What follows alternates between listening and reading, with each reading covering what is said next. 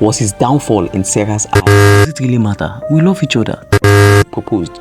Sarah had a heartfelt reason for saying no. You're so healthy and I admire your dedication, but I love my steak. I want to chop meat, I want to chop fish. It's used to eat now. It's part of the fun. After years of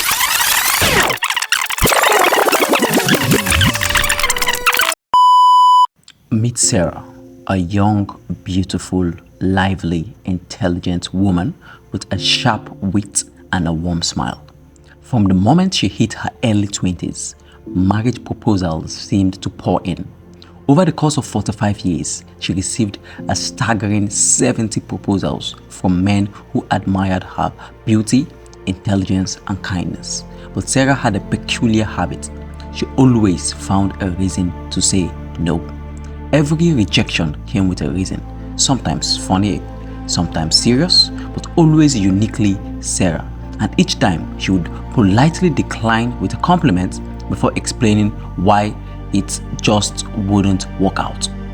Join me as we explore some of these proposals and see what was Sarah's reasons for rejecting them. The very first proposal Sarah ever received was when she was 25, from John. John was the town baker, a kind-hearted man who was well loved by everyone. He got down on one knee, presenting a ring and his heart. But Sarah just smiled. "John, you are sweet and I do love your pastries, but you are a bit too much of a talker." John blinked in confusion. "Talker? I didn't realize." "Yes, John, you never stop talking. It's wonderful that you are so chatty, but I like to have some peace and quiet now and then." And that was how Sarah turned down John's proposal for her hand in marriage. James was a former athlete who had suffered a crippling accident and now used a wheelchair. While he thought Sarah would appreciate his strength and resilience, she had her own thoughts. "James, I think you are incredibly brave and I admire your perseverance, but I'm a very, very active person." James looked puzzled. "We can still do many things together?" Sarah smiled. "Yes, but I want to climb mountains and go hiking, and I don't think you'd enjoy being dragged along." George was a fashion designer who often stopped by with flowers. When he asked Sarah's hand in a marriage, she let him down gently. "George, I think you are amazing and you are doing great things, but you have too many female best friends." George laughed nervously. "Ha ha ha ha ha ha. They are just friends now." "I know, but I'm not comfortable competing for your attention all the time." Samuel was a popular secular singer and an atheist who was madly in love with Sarah. He was full of passion and had creative ways of expressing his love for Sarah. But when he proposed, Sarah hesitated. "Samuel, you have an incredible soul, but you are an atheist and faith, spirituality is important to me. Does it really matter? We love each other." "It does. I respect your views, but I need to share my spiritual life with my partner." Philip, a writer, was known for his way with words. But when he proposed, Sarah shook her head. "Philip, you are brilliant. I love your poetry, but you are too verbally abusive when you are angry." Philip looked shocked. "I'm not abusive. You may not realize it though, but your words cut deep and I don't want to live like that." Edward, an old childhood friend, thought he could win Sarah over with his sincerity. But when he proposed, Sarah gently declined. "Edward, you are lovely, but you are too demanding in relationships." Edward was puzzled. "Demanding? I thought I was dedicated."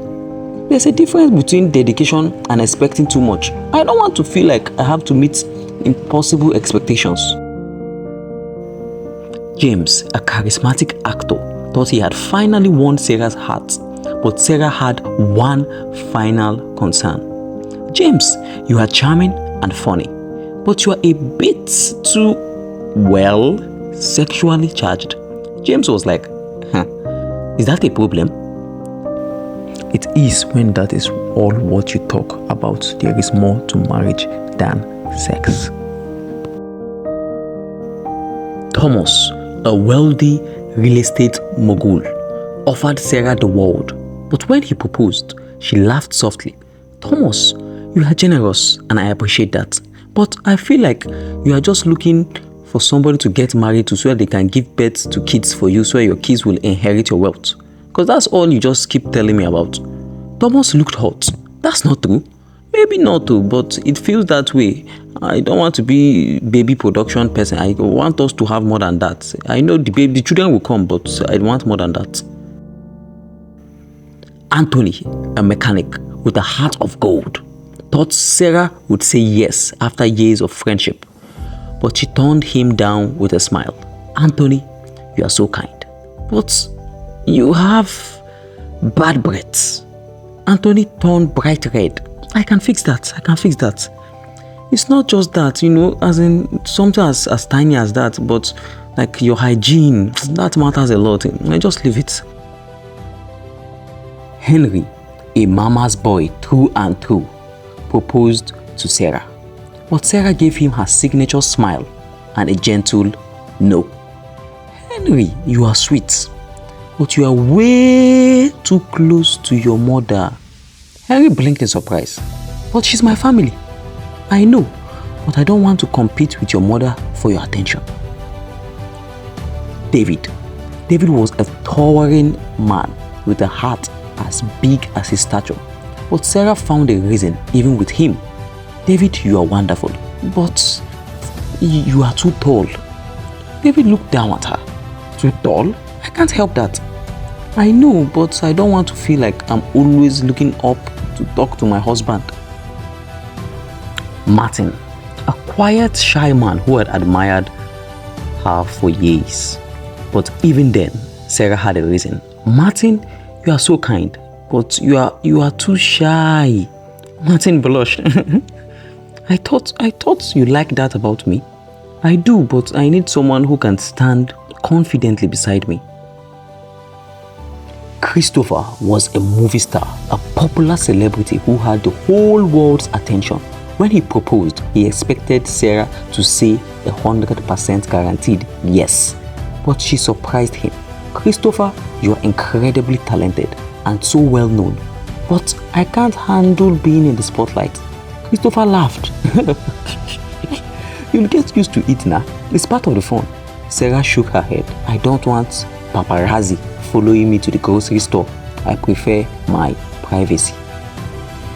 Joseph was a vibrant young man who loved hanging out with his buddies. When he proposed, Sarah had a light-hearted reason for saying no. Joseph, you are fun, but you love being with the boys. You love being with your buddies too much. Joseph chuckled. What's wrong with hanging out with my friends? Nothing at all. But I don't want to be the one waiting for you to come home from guys' night every other evening.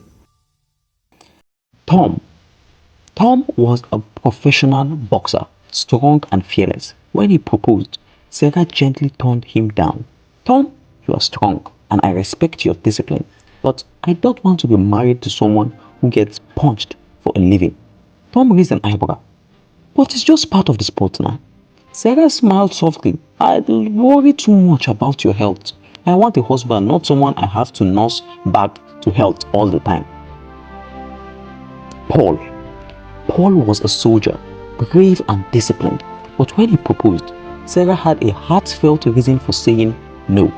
Paul, I admire your dedication and courage, but I don't think I could handle being married to someone who is always away at war or some of these missions.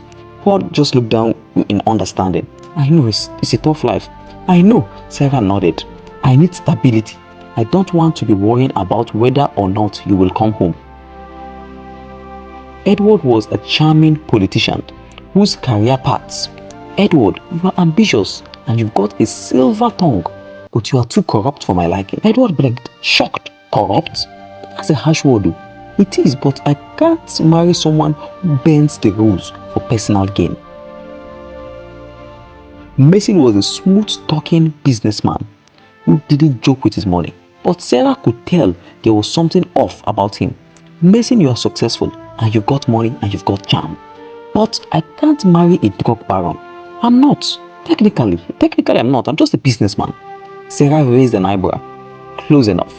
I want a life of peace, not one filled with shady deals. Oliver was a sweet man, but his fashion choice made Sarah pause. Oliver, you are kind-hearted, but your fashion sense is just always dressed very, very weird and nobody can change your mind. It's just too much. Oliver laughed. Okay, I can change now. I will change. Sarah shook her head. I've been telling you this thing for the past 2 years. It's just now because you said you want to marry him. That's now when you now want to change. I don't want to. Please. David was a social butterfly, always the life of the party. But when he proposed, Sarah hesitated. David, you are so outgoing, and I admire that. But I need someone who enjoys staying in every once in a while. David frowned. You mean I'm too much of a people person? Exactly. I don't want to spend my life bouncing from party to party. Aaron was a skydiving instructor, and while he loved the thrill, Sarah wasn't as adventurous. Aaron, you are bold, and I love that about you, but I'm not jumping out of planes. Aaron laughed. We don't have to skydive every weekend. Sarah smiled. Even once is too much for me. I'm more of a feet on the ground girl. Philip was a veterinarian, deeply devoted to his work, but when he proposed, Sarah gently declined. Philip, you are compassionate, but you love animals more than people. Philip smiled. That's not true. I love people too. I know, but I don't want to feel like I'm second to a dog or a cat. Sam was a devoted vegetarian, thought his clean lifestyle would impress Sarah, but she had her own thoughts. Sam, you are so healthy and I admire your dedication, but I love my steak. I want to chop meat, I want to chop fish, I love those things. We can walk around that, Sam said. Sarah shook her head. I don't want to be judged every time I eat meat. It's just not for me. Pastor Timothy, a respected figure in the community, thought Sarah would make the perfect pastor's wife, but Sarah had other ideas. Timothy, you're a wonderful pastor, and I respect your devotion to the church, but I'm not cut out to be a pastor's wife. Timothy raised an eyebrow. You don't have to do anything you are not comfortable with though. Sarah smiled. I know, but the expectations are too much for me. I like my freedom. And these are just a couple of the proposals that Sarah received over the past 45 years. Sarah lived a life full of love, travel, and adventure. She never felt tied down, always following her own heart. Her independence was her greatest treasure, and she built a life she loved on her own terms.